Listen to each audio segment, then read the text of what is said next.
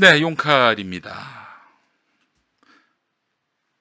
어제 광화문에 10만 정도 모인 가운데 정경심 동양대 교수가 검찰에 소환됐습니다. 어, 검찰이 말이죠. 결국 구속영장을 칠 것 같습니다. 구속영장을 쳤는데 발부가 된다. 그렇게 되면은 검찰은 승리하는 셈이 되는 거죠. 그동안 조국 장관 가족에 대해서 탈탈 털듯이 수사한 것. 정당성을 부여받게 됩니다. 근데 여러분 단 한 번의 반전 기회가 있습니다. 여러분 법리대로 판단하는 집단이 아닙니다. 우리나라 법원 검찰이요.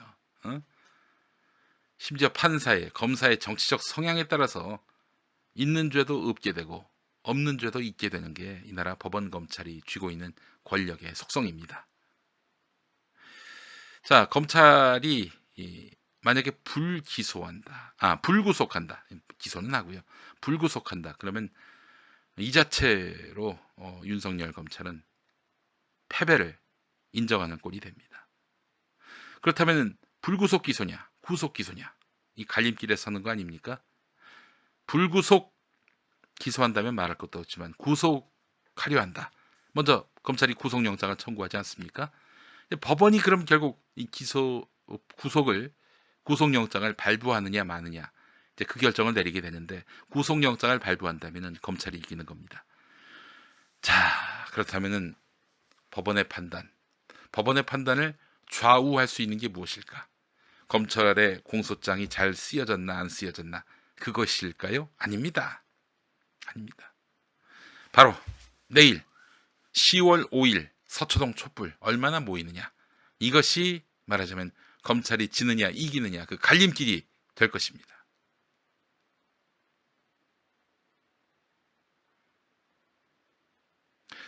내일 집회에 사람이 얼마나 모이느냐, 여기에 이제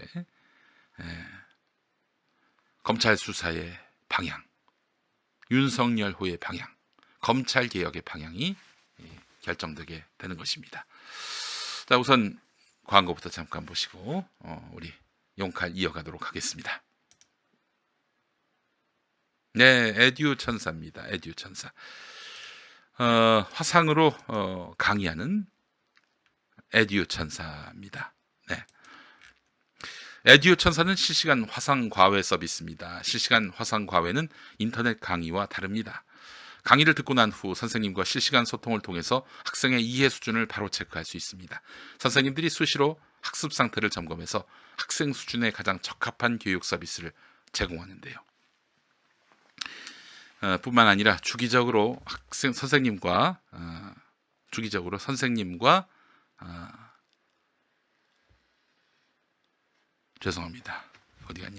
주기적으로 선생님과 학부모 상담을 통해서 최적의 공부 방법에 대해서도 솔루션을 제공합니다.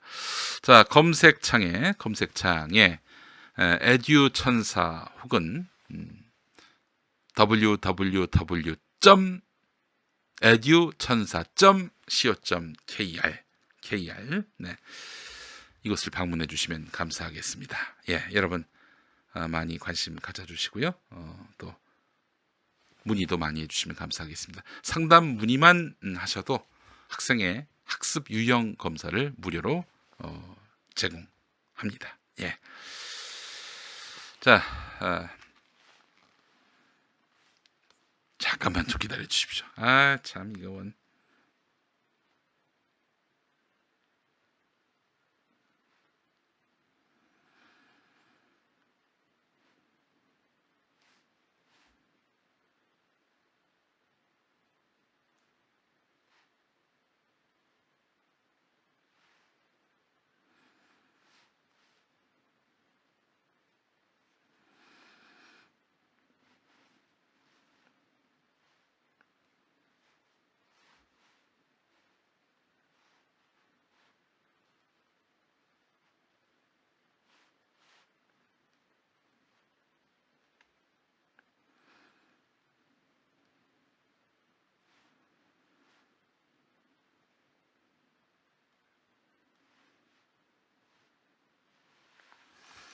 예.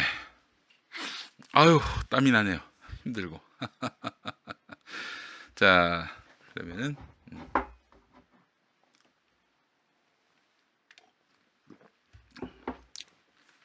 세 번째 섹션 시작하겠습니다. 자, 윤석열 검찰총장이 과연 정경심 교수에 대해서 구속영장을 청구할 것인가? 네. 아무래도 구속영장을 청구할 것 같습니다. 정경심 교수가 여러 의혹의 중심에 있는 만큼 검찰이 정 교수 조사 뒤 구속영장을 청구할 것이라는 분석에 무게가 실립니다. 청와대와 대립각을 세우면서 20에서 30명의 검사를 투입해서 한 달이 넘는 기간 동안 수사한 만큼 영장 청구를 하지 않는 것도 상당한 부담입니다. 수사를 지휘하는 윤석열 총장이 외적 상황을 잘 고려하지 않고 원칙대로 수사하는 점에 비추어 볼 때 법원에 영장을 청구해서 수사의 정당성을 판단받으려 할 것이라는 분석도 나오는데, 법원이 정경심 교수의 구속 사유를 인정해서 영장을 발부할 경우 검찰은 개혁에 반발해서 무리한 수사를 했다는 비난을 상당 부분 피할 수가 있게 되겠죠. 그러나 영장이 기각될 경우에는 또 다른 얘기가 되는 거예요.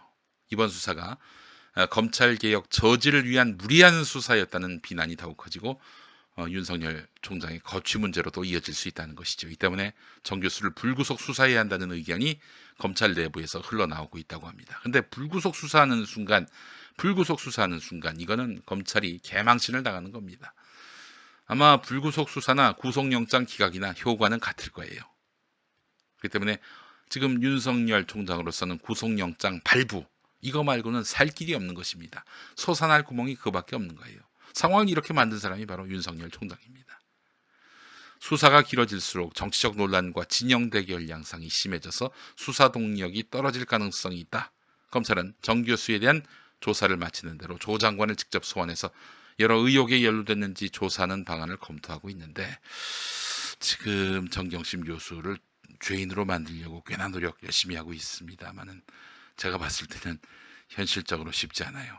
일단 기본적으로 구속할 사유가 되느냐, 여기서부터 부딪히게 되는 건데, 자, 일단 박지훈 변호사가 지난 10월 1일에 KBS 1라디오 김경래의 최강시사에 나왔을 때 정경심 교수에 대해서 불구속 기소는 어려울 것이다, 어떻게든 구속영장을 치료할 것이다, 이렇게 분석한 내용 잠깐 들어보겠습니다.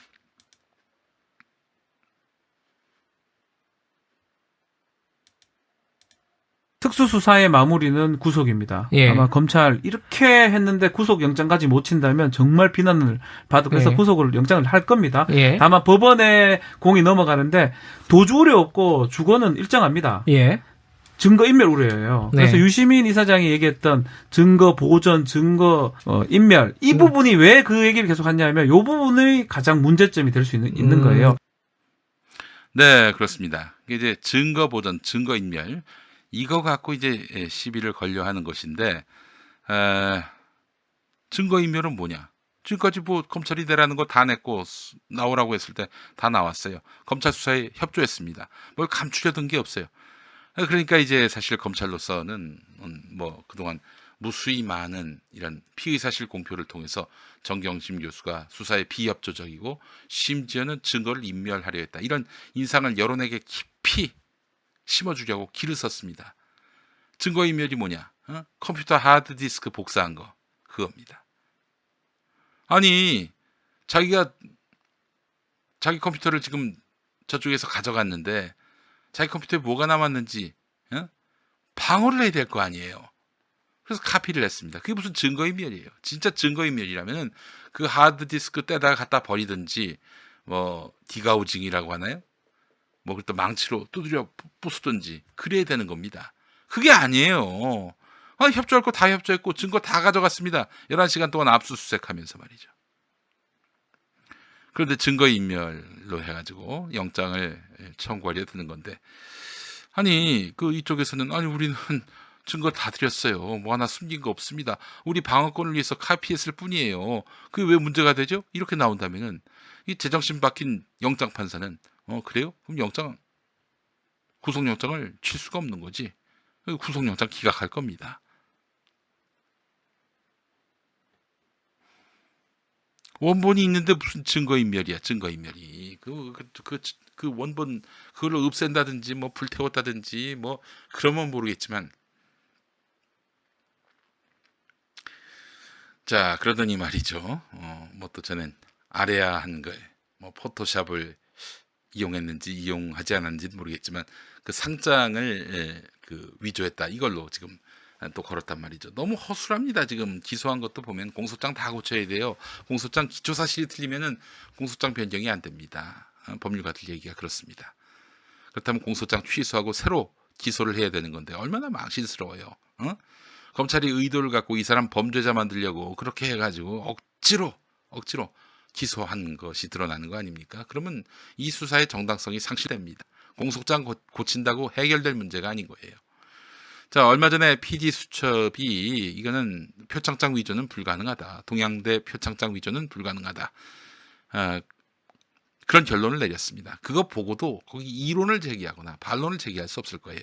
자, 그런데 SBS가 검찰 말을 빌려가지고 정경심 교수가 표창장을 위조한, 검찰이 확보한 위조한 정황을 드러냈는데 보시죠. 네. 그러니까 얘기하면서도 웃음이 나와서 어떡하죠? 아들 표창장에서 이렇게 오려내가지고 딸 표창장에 갖다 붙였다는 것이 이제 지금 검찰의 주장인 것입니다. 예, 여러분 이걸 믿으라고 이걸 믿으라고 제발 좀 알아봐 달라고 이렇게 이렇게 잘라서 붙였대요. 아니 그러면 뭐 한글이 필요 없네. 포토샵은커녕 한글도 필요 없네. 저렇게 하면 되니까. 아니 가위만 잘 쓰면 되겠네. 가위만 스카치 테이프로 붙여가지고 냈다. 아이고 나이가 정말 참. 이러면 정경심 교수는 뭐 일단 이 혐의가 인정된다면 구속영장을 떠나서 일단 인간적으로 더 이상 이 사회활동이 불가능하죠. 그건 잡범이 되는 거 아닙니까? 아이고 우습습니다. 정말 우스워요. 예. 김용민님 검찰개혁 대학 교수 시국선언 8,000명 기자회견 뭐 한다고요? 예. 저도 자격이 되는지는 모르겠습니다만은 그래도 나름대로 초빙 교수거든요. 근데 안 했어요. 일부러. 안 한 이유가 뭐냐? 정 교수님들이 해야 그래야 이게 사실은 권위가 살지 않겠어요. 저처럼 뭐 거의 시간 강사에 다름 아닌 초빙 교수까지 사인을 하는 거는 괜히 부풀리는 것 같고 그래서 안 했습니다. 일부러 안 했어요. 뭐 해달라고 요청도 안 했지만 물어보지조차 않았어요. 초빙 교수도 해도 됩니까? 물어보지도 않았어요. 정 교수님들만 하시는 것이 온당하겠다 해서 예. 그래요. 뭐 그럼 사실 이렇게 어렵게 할 것도 없네요. 예. 이렇게 잘라내서 붙이면 될 것을. 아이고 정말 참 어떻게 검찰이 이 지경이 됐습니까? 예.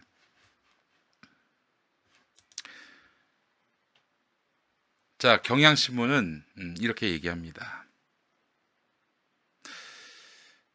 오른쪽 단 걸 보죠. 이제 의혹과 혐의가 사실인지 거짓인지를 가려야 할 때가 왔다. 정경심 교수까지 불렀으니까 이제 수사는 막바지까지 온 거죠. 잘못이 있으면 처벌해야 하고 잘못이 없으면 솔직하게 없다고 해야 한다. 솔직하게 없다고 해야 한다. 그것이 검찰 본연의 자세다. 70여 곳의 압수수색 등 대대적인 수사를 하고도 결과가 신통치 않다는 비판을 의식할 필요가 없다. 수사 결과가 또 다른 갈등의 빌미가 되지 않도록 하는 것이 유의점이다. 더 중요한 과제는 검찰개혁이다. 검찰개혁은 대한민국 민주주의 및 인권과 직결된 사안인 만큼 정치권도 적극 협력해야 한다. 제가 이 뉴스 브리핑 시간에 분명히 말씀을 드렸습니다. 어느 날인가 분명히 말씀드렸어요. 저는 다른 거 바라지 않는다. 예를 들어서 검찰이 수사를 했어요. 나온 게 없어. 정말 대대적으로 인력을 동원해서 수사했는데 나온 게 없어. 그러면 접어야죠. 근데 우리 검찰은 지금까지 접은 적이 없습니다.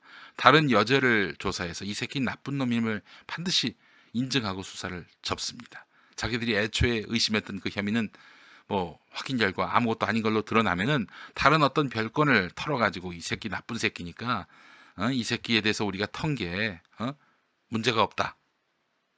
이런 걸 반드시 입증하려고 해요. 검찰이 그동안 그래왔던 길입니다.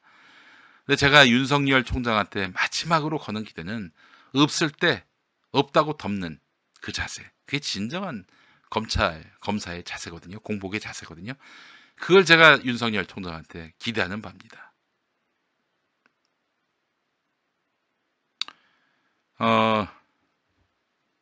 잘못이 없다면 솔직하게 없다고 하는 그런 검찰의 모습. 그것이 개혁 의지가 있는 검찰의 모습입니다. 그때는 잠깐 욕을 먹을 수는 있겠죠. 또 지금까지 굉장히 60일 동안 험악한 시간들이 이어져 왔는데 아마 엄청난 추궁이 따르게 될 것이고, 그리고 윤석열 총장 어쩌면 옷을 벗어야 할지도 모르겠습니다. 그렇다 하더라도 없으면 없는 걸로 종결하는 것이 그게 양식 있는 검찰총장의 행동일 것입니다. 그런 그릇이 아니다라는 글들이 막 쏟아져 올라오고 있네요. 잘못을 인정하는 것이 진정한 용기다라는 이야기 하고 싶네요. 예. 자, 그리고 이제 마무리하면서 장정일 소설가의 어제 칼럼 소개합니다. 이건 뭐 한국일보한테 하는 얘기기도 합니다. 예, 냉소하는 구경꾼들. 그렇습니다. 지금 조국은 왜 언행일치를 하지 않느냐, 이거 갖고 물고 늘어지는 사람들이 있습니다. 죽으라는 거죠, 그러면서. 근데 그들은 냉소하는 구경꾼일 뿐이다. 이런 얘기입니다. 읽어보죠. 부끄러워해야 좌파이고 사람일 수 있다고 말한다. 염치를 알아야 좌파이고 사람일 수 있다고 말한다. 하지만 부끄러움은 왜 좌파의 전유물이어야 할까? 자유한국당의 나경원 원내대표만 하더라도 아들, 딸 문제, 이런 것들이 제기됐지만은 언론에서 문제 삼지도 않고, 당연히 본인도 아무런 부끄러움이 없다. 조국 대전의 첫 번째 전선은 좌파 지식인 혹은 고위 공직자의 도덕적 언행 일치 여부였다. 예. 좌파 지식인으로서 고위 공직 후보자가 됐다면은 도덕적 언행 일치를 해야 되는 것 아니냐, 이런 요구였어요. 어떤 책을 보니까 여기서 이제 장정일 소설가가 지목한 책은요, 예, 축약이 됐네요. 예.